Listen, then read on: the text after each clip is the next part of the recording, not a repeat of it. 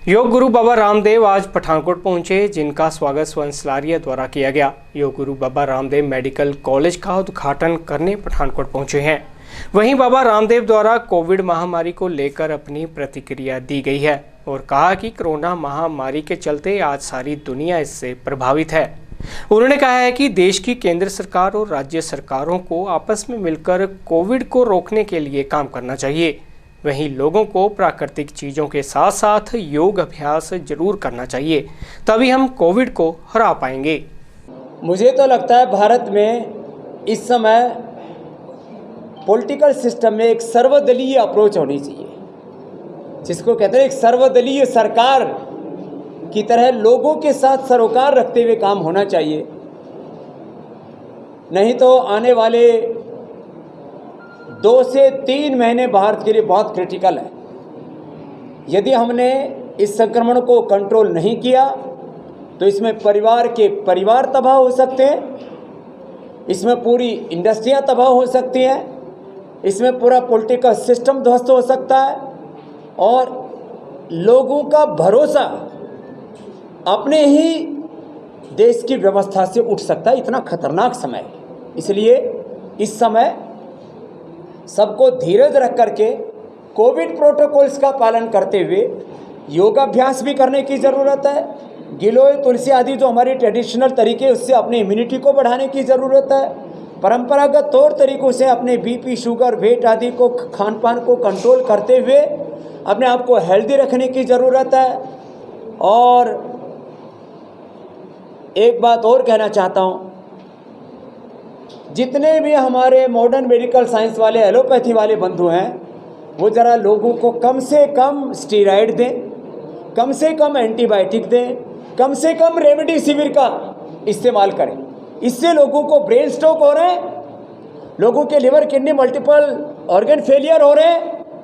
और खून को पतला करने के लिए भी पूरी प्रक्रिया में मैं सबसे कहूँगा, सबसे इफेक्टिव तरीका है लौकी का, दूधी का, किया का जूस, लहसुन और अर्जुन की छाल, दालचीनी का काढ़ा।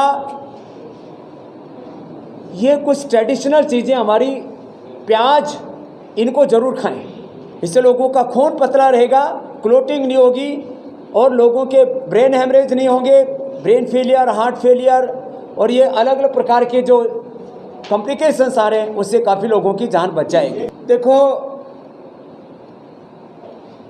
मुझसे यदि व्यक्तिगत तौर पर अपनी राय मैं दूं तो मैं मानता हूं कि राष्ट्रीय टीकाकरण के तहत सब देशवासियों को टीके का एक दाम मिलना चाहिए जो समर्थ हैं, और जो मिडिल क्लास और लोअर मिडिल क्लास लोग हैं उनके ऊपर तो वैसे ही महंगाई, बेरोजगारी, गरीबी की बहुत बड़ी मार पड़ी हुई है। लाखों करोड़ों लोगों को बेरोजगारी का सामना करना पड़ रहा है।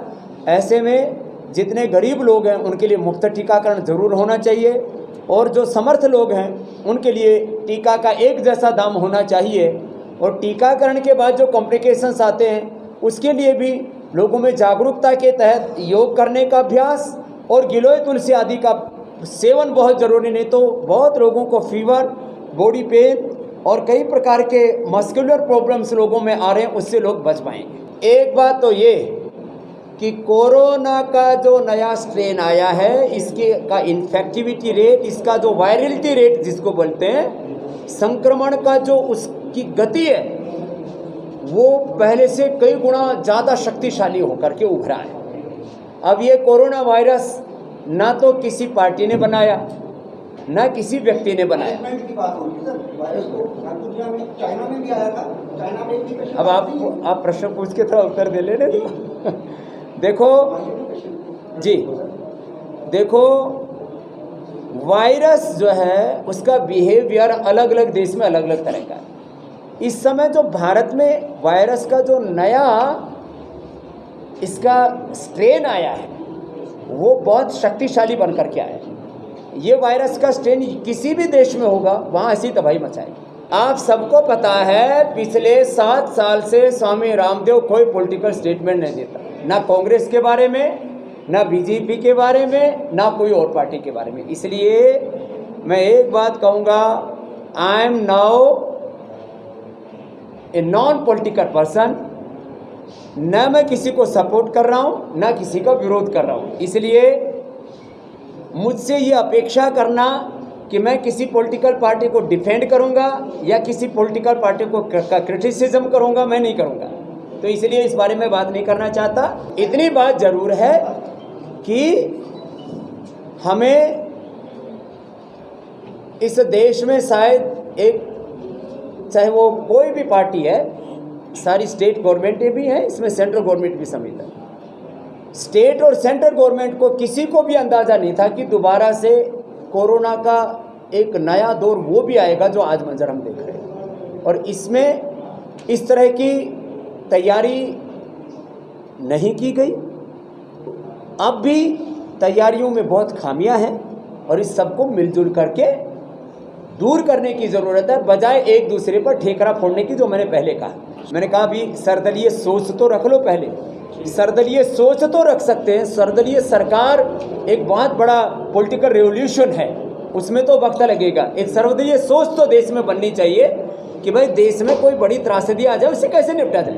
बाबूजी, वैक्सीनेशन की बहुत ज़्यादा कमी आ रही है, एक डोज लग चुकी है। चलो भाई, अब इतना बता दिया। जब सारे देश को लग जाएगा तो अंतिम नाम मैंने लिखवा रखा है, Ragi home decor.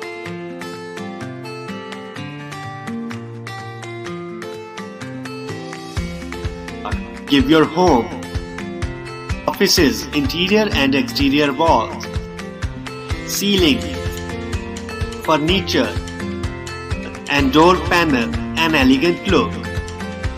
Expert in UV PVC wallpapers,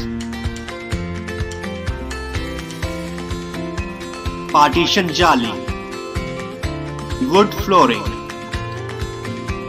आपकी काल्पनिक सोच को उतारे आकार में और आकार संवारे आपके घरों, दफ्तरों और किसी भी प्रकार के व्यावसायिक स्थलों को 100% eco friendly, 100% moisture proof, 100% termite proof, excellent weatherability, sound reducing, fire retardant, recyclable and lightweight जैसी खूबियों से भरी शीट्स बेहतर व आधुनिक पसंद के लिए याद रखें।